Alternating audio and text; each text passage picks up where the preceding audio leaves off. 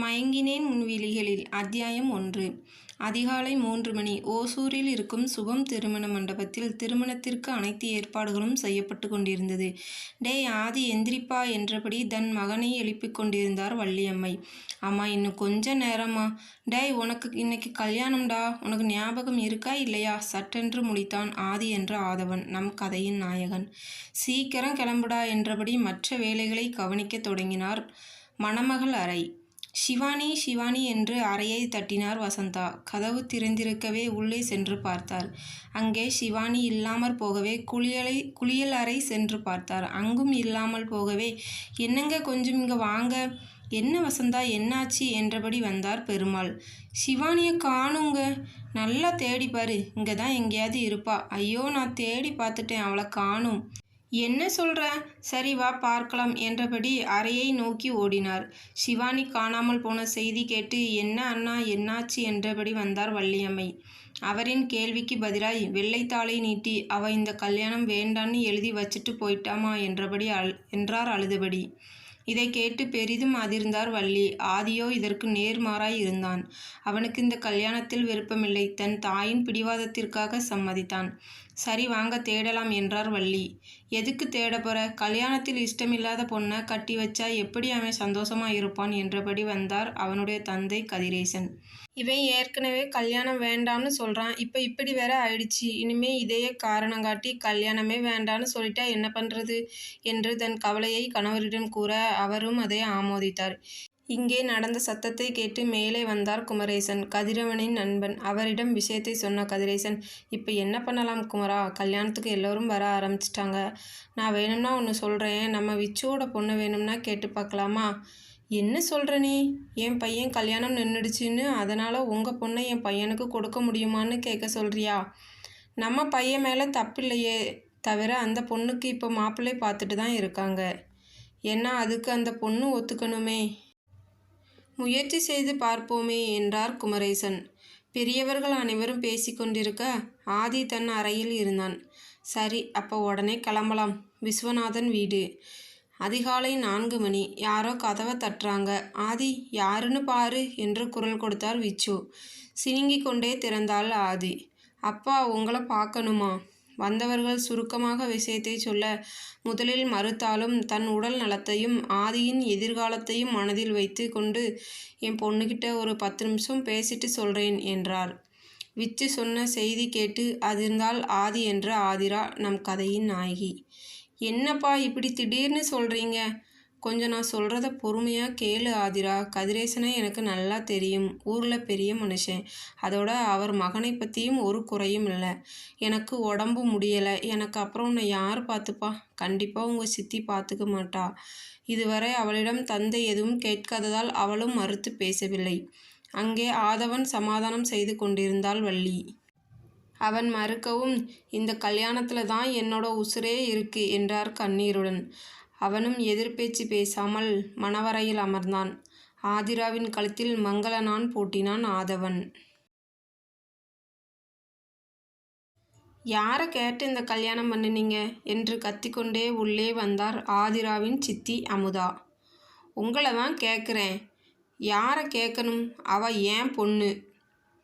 என்ன கேட்கணும்? நான் என்னோட தம்பிக்கு கட்டி வைக்கலாம்னு நினச்சேன் என்று சண்டை போட்டு கொண்டிருந்தனர். ஆதிராவை தன் தம்பிக்கு கட்டி வைத்தால் சொத்தையெல்லாம் தான் அனுபவிக்கலாம் என்று நினைத்திருந்தார். அது இப்போது முடியாமல் போகவே அமுதாவின் கோபம் முழுவதும் ஆதிராவின் பக்கம் திரும்பியது.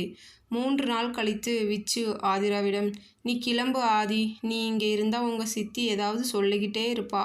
அவள் தயங்கவும், எனக்கு இப்போ உடம்பு கொஞ்சம் சரியாயிருக்கு, நான் பார்த்துக்கிறேன், நீ கிளம்பு என்றார்.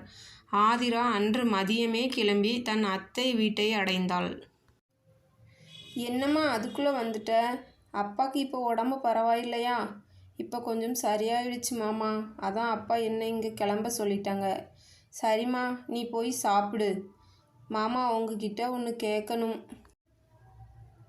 தயங்காமல் கேளுமா. நான் சென்னைக்கு கிளம்பட்டுமா? 2 நாள் தான் லீவு கொடுத்தாங்க. இப்போ 5 நாள் ஆச்சு. இதுக்கு ஏம்மா இவ்வளோ தயங்குற என்றபடி வந்தார் வள்ளி. இப்போவே ஆதியை வந்து அழைச்சிட்டு போக சொல்கிறேன். இல்லை அத்தை, வேண்டாம், நான் ஹாஸ்டலில் தங்கலாம்னு இருக்கேன். என்னம்மா சொல்கிற? எதுக்கு வீடு இருக்கும்போது ஹாஸ்டலில் தங்கணும்? அது அவரும் இந்த கல்யாணத்தில் கோபமாக இருக்கார். நானும் இன்னும் மனசளவில் தயாராகலை. இப்போ நான் அவர் கூட தங்கினா தேவையில்லாத பிரச்சனை தான் வரும். வள்ளி கவலையுடன் கதிரேசனின் முகம் பார்க்க அவருக்கு இது சரி எனப்படவே சரி என்றார். அடுத்த நாள் காலை சென்னை வந்திறங்கினாள் ஆதிரா. நேராக ஹாஸ்டலுக்கு சென்றவள் குளித்துவிட்டு தன் தோழிக்கு ஃபோன் செய்தாள். ஹலோ, ஏண்டி இப்போ தான் என்னோட ஞாபகம் வந்ததா? எத்தனை தடவை உனக்கு கால் பண்ணுறது? மொபைலை சுவிட்ச் ஆஃப் பண்ணிவிட்டு என்ன பண்ணிட்டு இருந்த? இப்போ தான் வந்தேன் இதயா. என்னடி ஒரு மாதிரி பேசுகிற? அதெல்லாம் ஒன்றுமில்லை, ட்ராவல் பண்ண டயர்டி. என்ன ஆதி, உன்னோட வாய்ஸே ஒரு மாதிரி இருக்குது. சொல்லணும்னு நினச்சா சொல்லு. ஊரில் கொஞ்சம் ப்ராப்ளம் இதயா. ஓ அப்படியா, சரி, இன்னைக்கு ஆஃபீஸ் வரியா? வாரேண்டி. சரி ஆதி, நான் பிக்கப் பண்ணிக்கிறேன், பாய். 9 மணிக்கு ஆதிரா கிளம்பி இருக்க இதயா வந்தாள். என்ன ஆதி, ரொம்ப டல்லாக இருக்க? உங்ககிட்ட கொஞ்சம் பேசணும் இதயா. காபி ஷாப் போகலாமா? சரி போகலாம், உட்காரு. இருவரும் காஃபி ஷாப்பில் சென்றடைய இதயா ஆர்டர் கொடுத்தாள். ஆதி அமைதியாக இருக்கவும் சொல்லு ஆதி என்றாள் இதயா.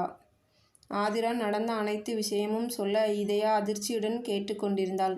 இப்போ என்ன செய்ய போகிறா ஆதி? அவர் கூடயே தங்க வேண்டியது தானே. கல்யாணம் ஆயிடுச்சுன்னு கட்டாயத்துக்காக வாழ்ந்தா அந்த வாழ்க்கையில் அன்புன்னு ஒன்று இருக்காது. அதனால தான் நான் அவர் கூட தங்கலை. அதுவும் இல்லாமல் இப்போ நான் அவர் கூட இருந்தால் கட்டாயத்துக்காக வாழ்வோமே தவிர லவ்னு ஒன்று இல்லாமலே போயிடும். கொஞ்ச நாள் கழித்து அவர்கிட்ட பேசலாம்னு இருக்கேன். சரி ஆதி, கிளம்பலாம், டைம் ஆயிடுச்சு. என்னடா அந்த பொண்ணையே பார்த்துட்டு இருக்கே என்றபடி காபி ஷாப் உள்ளே வந்தான் உதய். ஒன்றும் இல்லைடா.